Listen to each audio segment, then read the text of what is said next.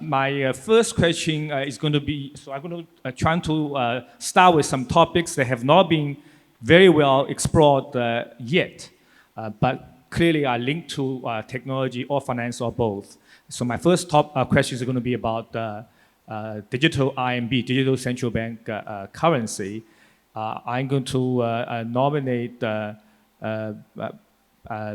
I'm going to nominate Professor Huang perhaps to share some initial thoughts, and I invite other panelists, any of them who wish to add something later on as well. So here's my particular question. So digital RMB is part of the technology and finance, has not been explored very much today yet. It is meant to be a combination of a payment technology, official central bank currency, and some other features. So one of the questions is relative to private sector payment system. In this country, we have both Alipay and WeChat and some others. Digital RMB could be a complement or could be a substitute. What do you think, how it will be working out? Well, the initial design, ECNY now is the name, but originally it was called DCEP, Digital Currency Electronic Payment. So the initial function was really designed as a payment service. Some PBOC officials would say this is just a replacement of the cash in circulation. So literally, it's not significantly different from Alipay, WeChat Pay. For people who used it, and I'm not sure if you guys, I used it, and I don't feel really significant difference. Why PBOC is still doing it, and I think they probably have something big in mind. So for instance, some people argue eventually it could be utilized to push internationalization of the currency. That's something in the long distance, not immediately now. What else they can do domestically as a payment service? I mean, the question you raised is very difficult to answer, whether it will be a substitute or it's a complement. I guess both. Substitute means it's also a means of a payment. So you can use Alipay or you can use ECNY. It's really the same. But PBOC has not really rolled out. I mean, the pilot project they do, in my own experience, it's not significantly different. So the question is, if it's a substitute, how much substitutable the Alipay? Then it relates to the question whether you have enough places to accept, use the ECNY, whether you have a system that can be run smoothly without any potential concerns about, for instance, potential risks coming with it. PBOC officials initially made a number of arguments saying this is probably better in terms of financial inclusion. But practically, I guess people probably won't feel significantly different. But I will just point to one potential function, role of CBDC, ECNY, even if it coexists with Alipay and WeChat Pay. Some scholars, international scholars, argue that a parallel system of CBDC might be useful because this is a publicly designed and supported payment system, meaning privately designed and operated system might be, in some cases, pursue profit. Whether that or not, that is perfectly fine with the public interest, we don't know. But if you have a publicly designed system that may overcome that potential problem, that's one thing. The second function is the so-called contestability. Even if ECNY does not become a big payment system, but you're there, you actually can add a pressure on the existing operators from adopting like monopolistic behaviors and so on. So I think there are lots of possibilities going in the future, but in the near term, it's a payment service, and what exactly it will happen, we don't know yet. For Huang Zong, I have a modified version of the same question. So here's the modification. One can imagine two types of pressures of the digital RMB on company like Mai. Number one, to the extent digital RMB is a payment system, use of digital RMB in principle can bypass Alipay. So there could potentially be a sort of a direct business pressure on you. So I want to hear your assessment on this. But number two, indirectly, so some speculate. In fact, I did a year ago in a project, the syndicate op-ed, that with the increasing use of digital RMB, it has not been widely used yet. It has not been formally rolled out on a nationwide scale yet. But once it's being rolled out nationally, once has been adopted more widely, the information collected by the central bank, in principle, might allow the central bank to do credit scoring, thing that we heard from Huang and Huang Yiping, both in other papers they cited. So the information collected by the central bank, in principle, can allow them to do their own fintech-based credit scoring. And if the central bank chooses to share the information with other commercial banks, including state-owned banks, maybe especially state-owned commercial banks, that could reduce the relative advantage of existing big tech companies like M Financial. So I wonder whether, in your view, these are important pressure, important threats, or are they not? Number one, and number two, are there potential opportunities for companies, big tech companies like yours, that people have not thought about, that might be created by digital RMB? Please, Huang Zong. You can choose to answer either Chinese or English. 随意。数字人民币我并没有研究，但是我可以告诉大家，蚂蚁集团实际上是在央行的这个指导下，是深度参与数字人民币的推广的。实际上我们是乐见其成，这不是一个政治上的一个表达，因为实际上这是和监管的相向而行。监管部门在多个场合明确表达，如黄教授所说，数字人民币不是电子货币，它不是电子货币的替代，它是 cash 的替代。数字人民币在中国的推广不是为了和微信和支付宝竞争。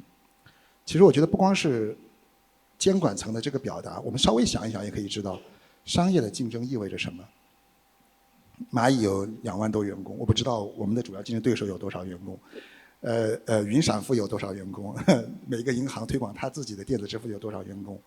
实际上，商业的运转是一个非常大的一个系统工程。我不觉得从监管的目前的所作所为，他们的架构的设计、商业的设计，都不是一个要和市场化机构去竞争的一个态势。我相信他们是这样说的，也是这样做的。其他的我没有更多的补充。Thank you very much. Professor Sargent, on this question, so I wonder what you can comment on. U.S. is advanced in many different aspects of finance, but less so in digital payment and so on. And there's a lot of talk about whether U.S. Should roll out a digital dollar soon or not. There's views on there are those who are against, citing privacy concern, citing relative lack of a need.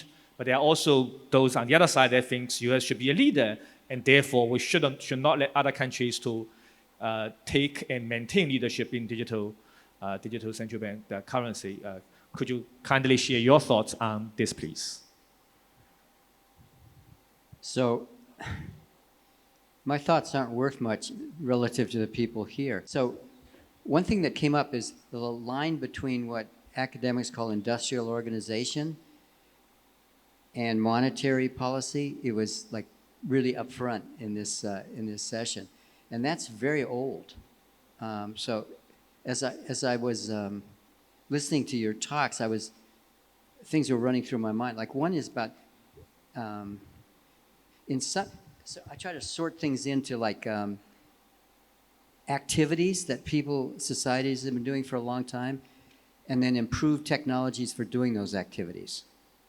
So people have been having ledgers for a long time, clearinghouses and so on. So I was thinking about when did central banks start? Like, how did they actually start? And who started them and why? And it wasn't some economic theorist. It was, so some of my friends told me to read some books about this, and I did. So one is, an example would be in Italy. Just an example, in the 1500s. I'm sure there were earlier things. So in particular cities, there's a bunch of merchants, and they want a clearing system, so they set up a clearinghouse. And to set it up, they're private citizens, but then they get the government involved for some of the same issues actually the same issues that you're talking about. They're not talking about electrons. Now it's electrons, but they're having ledgers. So, and then lots of times it was actually the private merchants who were doing it. And then sometimes what happens is related to what Eric Maskin said this morning. And this is IO and government. Is it my own country, the United States? There's kind of a history of. There's big debates, like in the 19th century, like who should do this? Should it be the market, or should it be nationalized? So we had two central banks which were killed, and we had so-called, then kind of the states did it, then it were private. There's lots of private parties, and then we had a civil war, and we renationalized it. But sort of the same margin is going on, and. I guess you mentioned this. It's not only IO, it's political economy, at least in the United States, because just look at what's going on in the United States. There are certain laws that are passed, like the so-called Anti-Inflation Act, which is a big trade protection act, but there's a bunch of companies that are using the government to stop their competitors. Well, like some of the things that you gentlemen were talking about, banks are very aware that that companies like Ant could be, and I've heard various economists saying that the private sector, the non-bank private sector, is doing some activities that banks should have been doing a long time ago. So that's a competitive force for, and then your question about regulators. Well. They need, I heard Bernanke give a speech 15 years ago where they were trying to take some regulatory authority away from the Fed. And they said, no, we have to evaluate systemic risks, and we need information from. So I'm not giving an answer, but I'm just saying all the forces you're talking about are there. And then the Eric Maskin question about what's the line.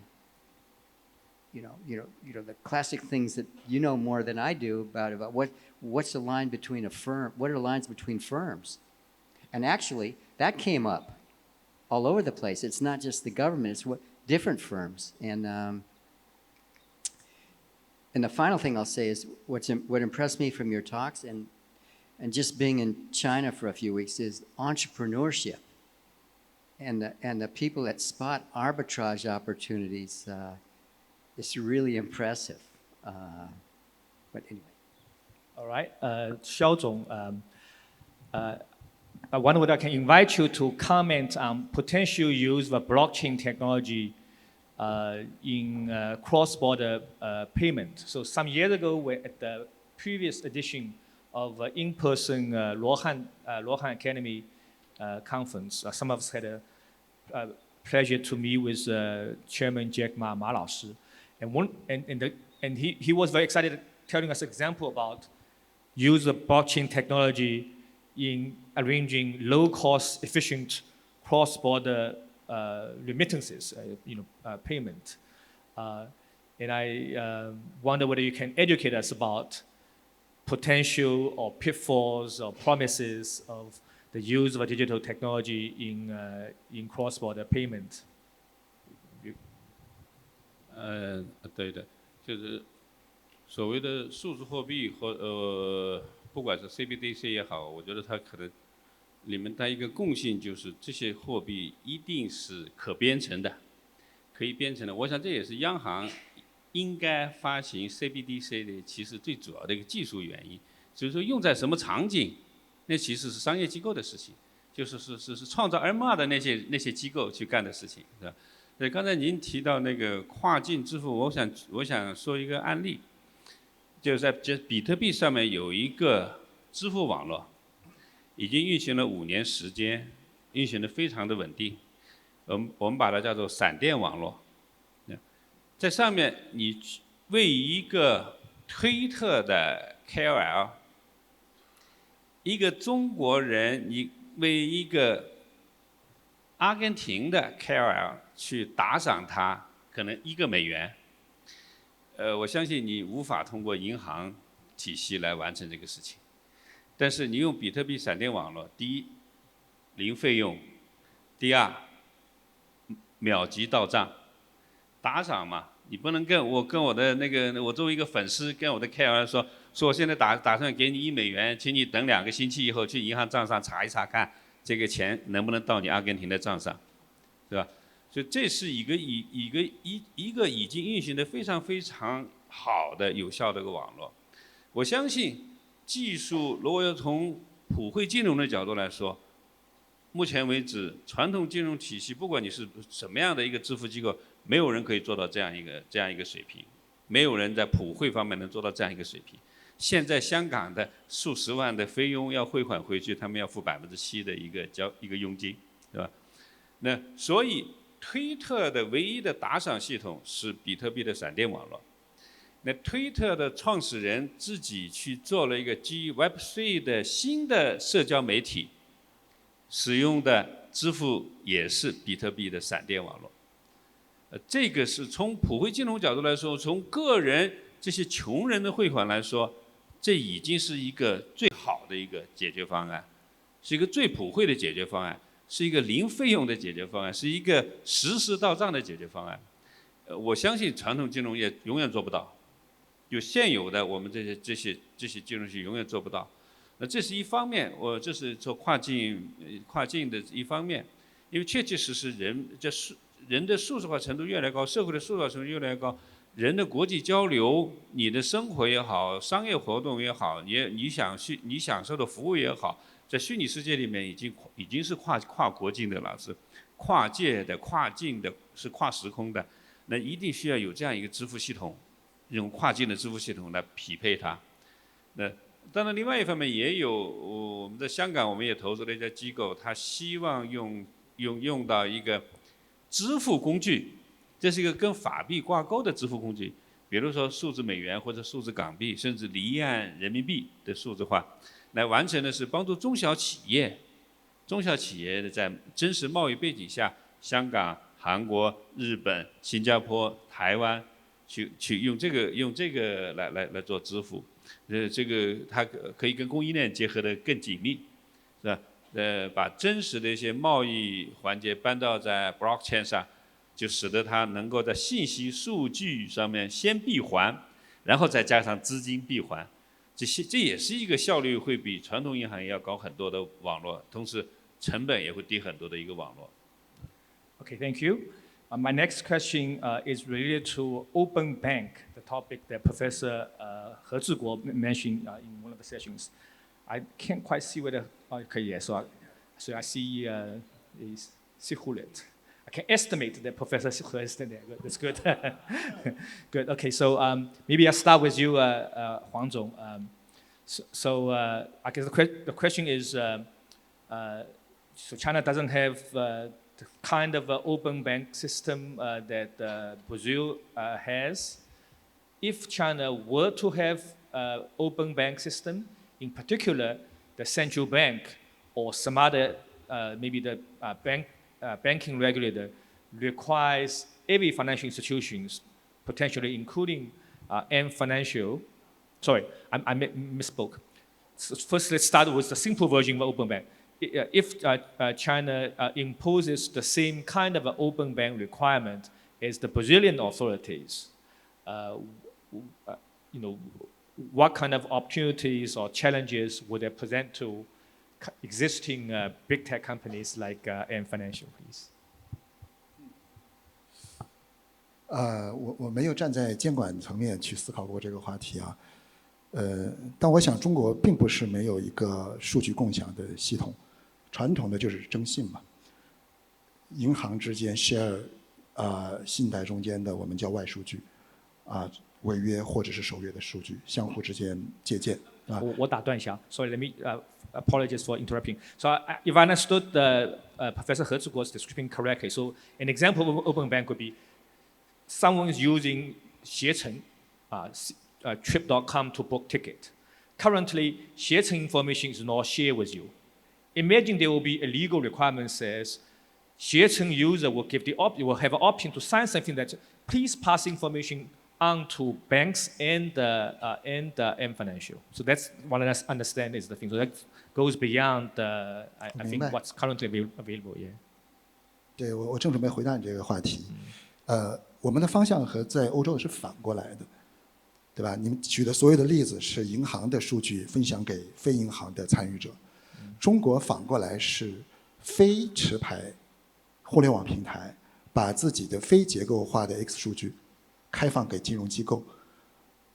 那么如果这个只有这个方向的交换，没有银行像欧洲一样，银行开放自己的数据，以及银行和银行之间去 share 数据，这是不是一个 open banking？ 我不知道，可能学者会有更多的这个思考。我理解一个更完整的 open banking 应该是这样的，但也许我理解的不对。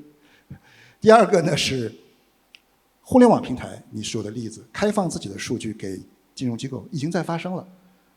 如大家所知道，中国在6月底之前，所有的互联网平台把自己的数据给到合作的银行去发放贷款，有一件事情叫助贷断直连，就是我帮助银行，互联网平台帮助银行去给消费者和小微企业贷款，这个数据不允许互联网平台直接给到银行，而要通过某一个类征信的公司给到银行，这在一定程度上已经实现了单方向的一个 open banking 的效果。我理解，如果这是 open banking 的话，是这样的。实际上，所有的互联网平台都在做。6月30号就是一个 deadline 截止日。但是更恢宏的、这更大的计划，我不太知道，所以可能各位其他的专家能回答得更准确。说完了。谢谢。Thank you. So I'm going to do a modified version of the question to our other panelists. I'm going to start with Professor Sargent. So here's a modification. First, let's first note, one of the potential arguments for having something like open bank requirement is data has externalities. So letting more entities to use data, there are pluses and minuses. But one important plus is it can improve the efficiency of many operators, service providers, including financial service provider. Given that, so I want to propose one possible modified version of a model, which I'm going to call compulsory voluntary open bank. That's not what Professor He talked about. So what's compulsory voluntary open bank? So the voluntary part is data owners, the original users of any service have to agree to either provide or not to provide data. The compulsory part is a regulation that requires all service providers to give the user the option to provide their consent. Otherwise, if you only leave it to the service provider to do that, data sharing might be incomplete, even if user want their data to be shared. So that's the modification. Compulsory, voluntary, open bank, where the bank can be any service provider, not just financial service provider. Would something like make sense, or what kind of thing we need to watch out for? Maybe I'll start with Professor Sargent, please. So John Tirole, in his book, The Common Good, he's got a chapter about this, and there's a tension. So the people who are collecting these data, they're doing it in very creative ways, and they're using lots of resources. Partly they're giving the people, they're like, I get lots of things which are supposedly free from using various things I use, like WeChat, but WeChat's getting something in return, and they're doing it for a reason. Now, if you take they're getting returns from it. Now, if you take chop off a big chunk of their returns, they're not as incentivized to do it as much.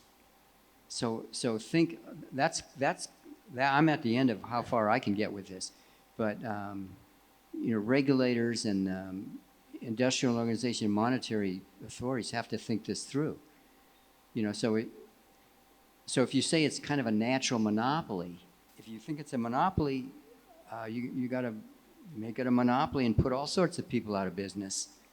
But then you have to figure out how to regulate them and get the monopolists to behave well. So it's a tricky question, a good question.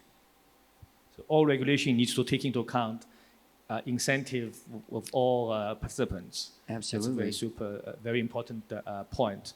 I will turn to Xiao next, and then conclude with Professor Huang Yiping on this issue. Xiao, do you have any thought on this question? OK， 我想从 blockchain 角度来看这个事情。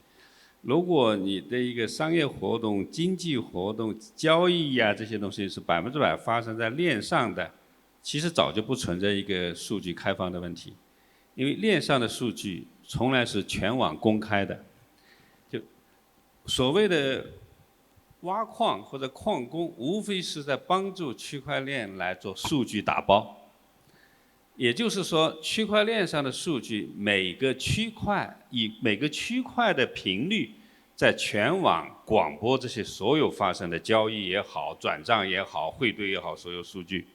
因此，天然的技术，天然的就解决了我们讨论了半天的所有法律也好、所谓的商业也好、所谓的政策也好所讲到的怎么样让数据共享的问题，在区块链上不存在。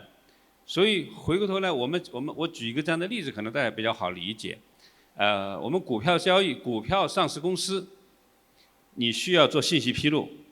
那么我们现在的规则是每个季度出一次审阅报告，对吧？每年度才能出一次经过审计的报告。那么区块链如果是在纯粹链上的商业活动、经济活动，它是以什么频率在披露呢？是以区块为频率在披露。也就是说，每10秒钟披露一次信息，每10秒钟披露的信息，我可以在技术上保证这些披露的信息是真实的、全面的和及时的。只是说，通过公钥和私钥这种加密的方法，你能知道这些数据，但是你不知道它是张三的还是李四的。这是和现实金融倒过来的。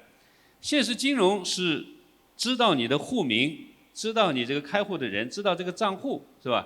但是你不知道他的经营活动。比如说以银行来说，我在银行开账户，知道这个是萧峰的账户，对萧峰这个人去进行反洗钱 ，KYC 反洗钱。那么在 blockchain 上面不是这样的，你并不知道这是张三李四是不是萧峰，你只追踪那个资产和那些数据，它是真实的吗？这些资产曾经去过那些被打入黑名单的钱包地址吗？曾经去过那些暗网的网站吗？我们可以追踪这些东西，所以它是一个完全相反的。我想说的就是最后总结一点，技术能解决，在 blockchain Web3 的技术之下，开放银行可能能够彻底的所有大家诟病它的问题或者希望达到的目的，用 blockchain 的东西，用区块链的解决方案，其实可以很好的解决它。Okay. Professor Huang, please. I do think data sharing is one of the main constraints that we're facing in this era of digital economy. China's total data output is ranked number 2 globally, but the transaction volume is like a tiny fraction of many other countries. I think, when I interact with banks, with tech companies, and so on, the overall willingness of sharing data is not particularly high. Not high probably because of the incentive issues. You share data with somebody else, is there enough return for sharing? Because it's very complicated. Number two, I think there are also technical issues in addition to the technology problem. Like somebody share your data, you are not able to share the original, the raw data, but do you have the ability to analyze, digest, and use the data? It's a big question. I think there is a big step up there also. The other thing we found was recently the government stepped up its efforts protecting data rights, privacy, business confidentiality, and so on. We actually found that the willingness to share actually declined because now needed to watch out for the legal responsibilities. So I think I'm not saying there's no future. I think there's a great future. But we needed to overcome a number of barriers, and incentive, technology, and the legal issue are the main ones we needed to look at.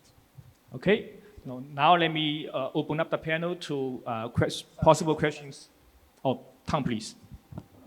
I have one really low-level thing. So suppose we do the following. So I'm a company and I have some data, and I don't want to share it. I'm not going to share it, but I will share some sufficient statistics that describe the data. Who's going to pay me for constructing the sufficient statistics? You mean to? I'm going to give you some summary statistics. So I'm going to get high-tech people who know how to do it to summarize it. Yeah. Who gets paid for that? And well, I guess in theory, you have transactions in China today already. So the users should pay for what you did for processing the data. Okay. There are a number of ways of doing the transactions in China at the moment. What we found was the government is trying to promote this data transaction. What is it they call the 大数据交易所, the big centers for data exchanges. These are not very dynamic at the moment. Most effective and successful ones are what we call point-to-point transactions. So you have specific data, and I have some demand, and we have a direct deal. That is helpful because it reduces the information asymmetry, and often it's easy, but it's difficult to scale up. There are also some middlemen in between. So at the moment they are happening, but mostly they are much more just point-to-point direct transaction. thanks. That's Okay, helpful. so Thanks. let me open up to some questions from the audience. Maybe I collect a few questions, then I'm going to maybe assign some to our speakers. So yes, please. Is there a mobile phone that can be used? Great. Mobile mic, thank you. Thank you for this very wonderful discussion. Actually, I have a question I would like to pick up a fight between Huang Hao and Xiao Feng Zong. I would like to know your vision of the future finance. And just in your previous talks, Huang Hao talks more about the Fintech platform and business, and Xiao Feng talks more about the decentralized finance. So in your vision for the future finance, what do you see the respective roles of decentralized finance and centralized finance, and how do they integrate? I would like to know your answers. Okay, sounds like a very small question. No, joking. President Chen Long? No? Okay. Anyone else?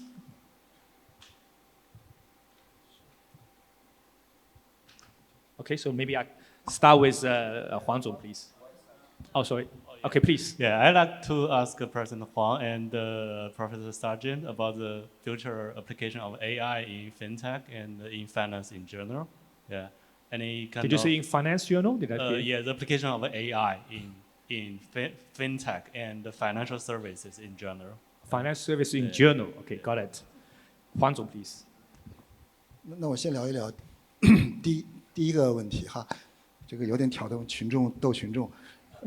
肖先生讲的是一个去中心化的金融体系，我也经常想象这样一个金融体系是怎么样的，但是我的想象力还比较有限，还没有太想象出来。这是第一句话。第二句话，我现在能做的是在现在世界公认或中国公认的一个金融监管和金融秩序里，找到金融科技公司的生态位，去和金融机构合作。如我演讲的主题，为用户提供更好的金融服务。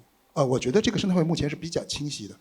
10年以来，蚂蚁就没有改变过自己的看法，就是那些拥有资金、资本、技术和人才的金融机构是金融供给的主动脉，互联网公司、金融科技平台只是毛细血管，这个定位从来就没有改变过。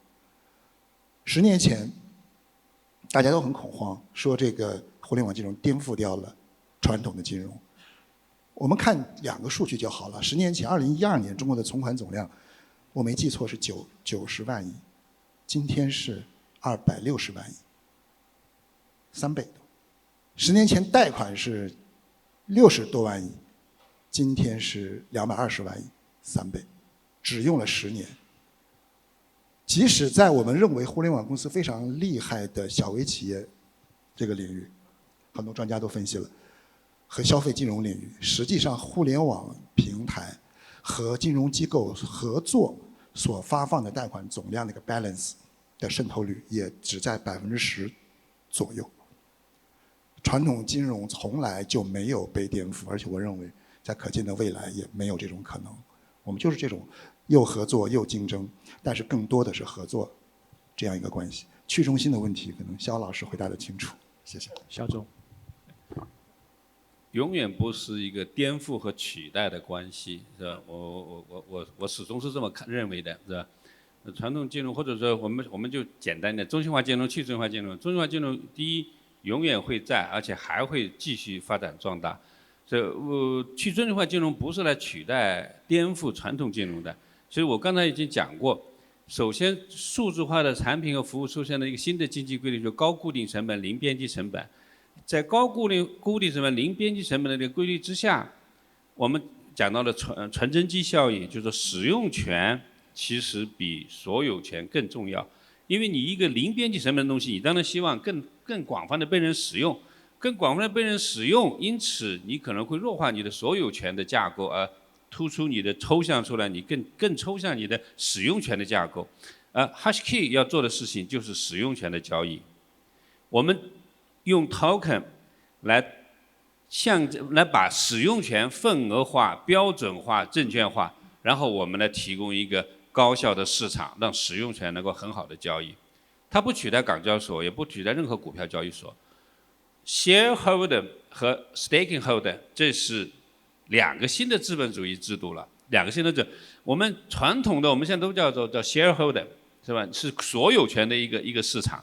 那这个不是 HashKey 的事情，我们也不是要去把它干掉。所有权的市场的所谓 shareholder 永远都会在，但我们想要做的是一个叫做 staking holder 利益相关的资本主义。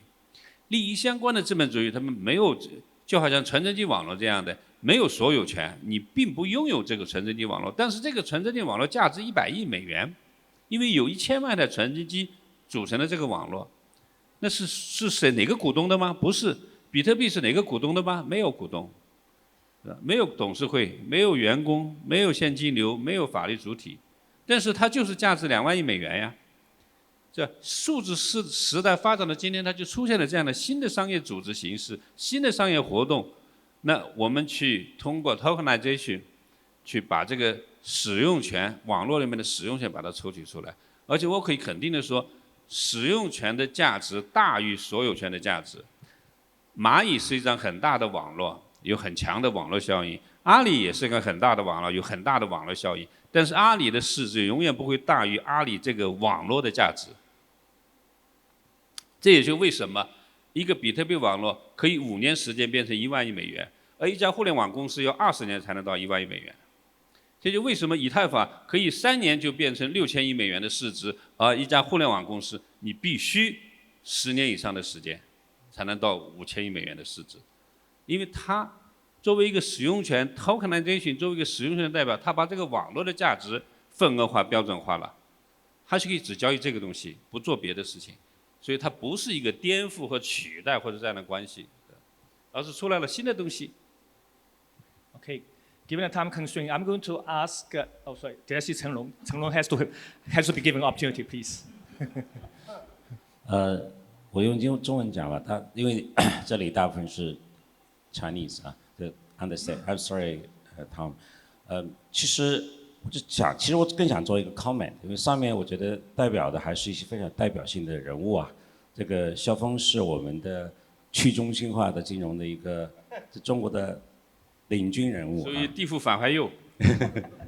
那个钟诚的话，代表的是金融科技的一个创新的。这个黄教授呢，其实是都知道啊。就我觉得，其实我一直是觉得中国的这个金融的数字化是上半场都还没有远远的完成，啊，它其实是很完全慢于整个数字化的进程，啊，这个其实如果你们看一下，因为金融本质上是以信息为中心的这样的一个 service， 啊，所以呢，它其实跟信息革命是真的是非常相关的。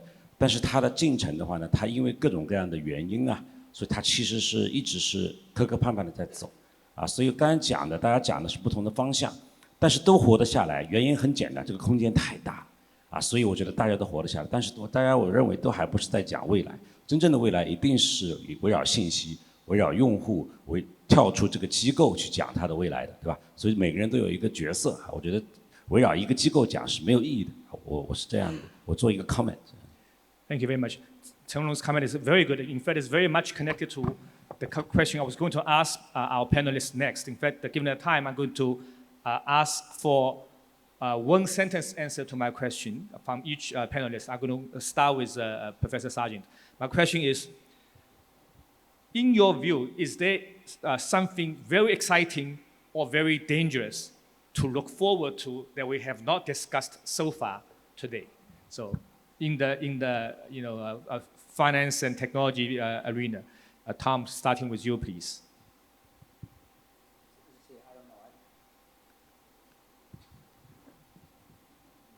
I've been excited about a whole bunch of things that were said. Okay. Xiao Zong, please. 我反正一条道路走到黑，是吧？这跟 blockchain、跟虚拟资产或者跟 crypto 相关的，我认为非常激动人心。Okay. Yiping, anything concrete, either extremely exciting or extremely dangerous? 我的这个回答其实跟刚才的这个问题有关系。我觉得 AI 能帮助我们解决很多问题，但有一个领域到目前为止还没有真正的突破，但是我觉得是需要突破的，就是智能投顾。黄总，我和黄老师看法一样。智能投顾 is already an important and expanding business of AM Financial. Okay, with that, let me 加一句，还有智能保险顾问。智能保险 Okay. With that, let me thank all the audience and our panelists for this afternoon's session. Please join me in giving everyone a round of applause.